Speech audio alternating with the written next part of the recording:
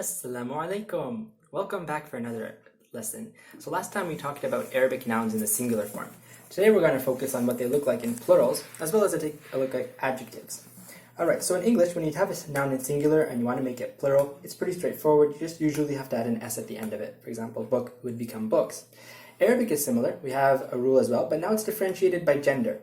So if you have a noun that's masculine, usually what you can do is add a waw sakin and noon to the end. For example, Muslimun is a masculine noun meaning Muslim, or a follower of Islam. The plural would be Muslimun. Feminine nouns usually end with ta marbuta, in which case you would replace that with alif ta to make the plural most of the time.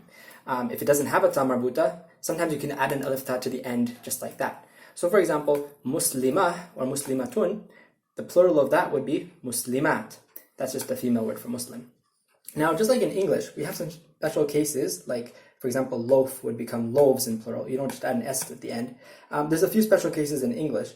But in the same way, we have special cases in Arabic as well, where the plural is not obtained using the normal rule. For example, the Arabic word for door is bab, which is masculine, but you don't add a waw noon to the end to make it baboon in plural. Rather, you look at the special form, which is abwab.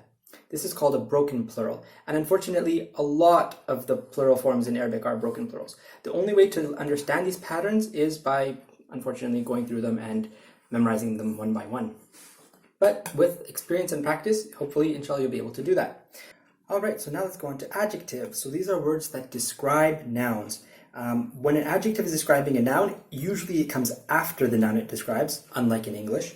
And adjectives generally have to match in both gender and definiteness to the noun they're describing, which is also different from English. So for example, Kareem is an adjective that means noble or generous.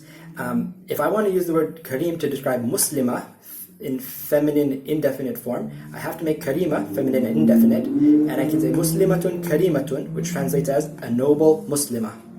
Now it's possible that you could have the noun being definite and the adjective indefinite, for example, without al or with a tanween.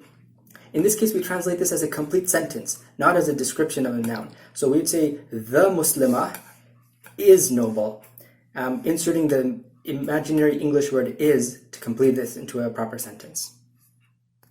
For the words of today, we've got some nouns with broken plurals for you to take a look at, as well as adjectives. So the word yawm has plural ayyaam and means day. Rasul has plural rusul and means messenger. And both of these plurals, you'll notice, don't follow the pattern. They're broken. These are three adjectives that are common in the Qur'an. Kareem means noble or generous. Alim means knowledgeable. Adhim means great or tremendous. Okay, so thanks for watching today. As always, these are just general patterns that appear in the Quran. There are lots of exceptions and special cases which we're not getting into. Inshallah, we'll see you next time. Don't forget to subscribe to keep updated. Thank you.